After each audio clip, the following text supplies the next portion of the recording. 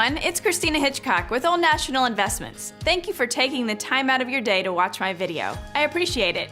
In this video, I will talk about life insurance.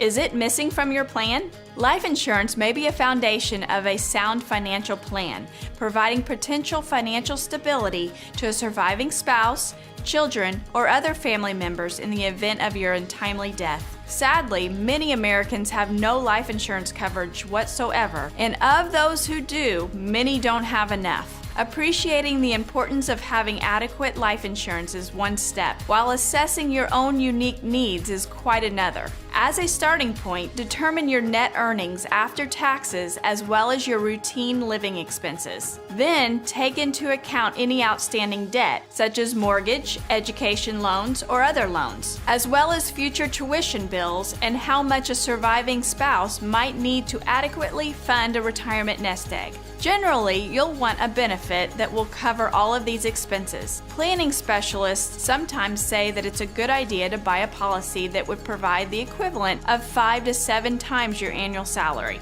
That standardized approach may work for some people, but in reality, your decision may not be that simple.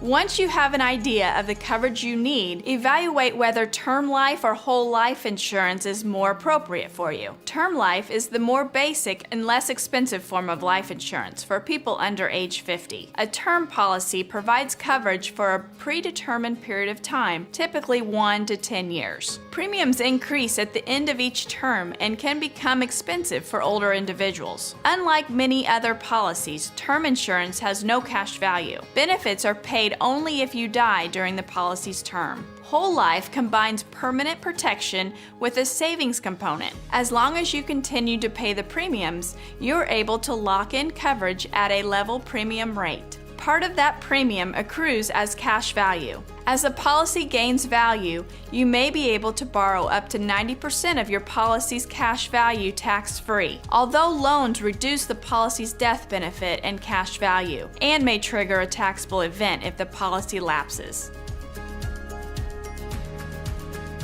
While ensuring the financial security of loved ones is a critical use of life insurance, there are other ways it might be used to meet planning goals throughout the stages of one's life. For instance, people in their peak earning years may use life insurance to help protect their wealth while potentially accumulating additional tax-deferred assets. Older people might consider using life insurance as an important part of an estate planning strategy designed to pass wealth to future generations and less to Uncle Sam. Determining the right type and amount of life insurance coverage you need is easier said than done. To make the most accurate assessment, contact your financial advisor or insurance agent. I hope you have found this information useful. As always, feel free to contact me if you have any questions. I would love to talk with you about your financial goals.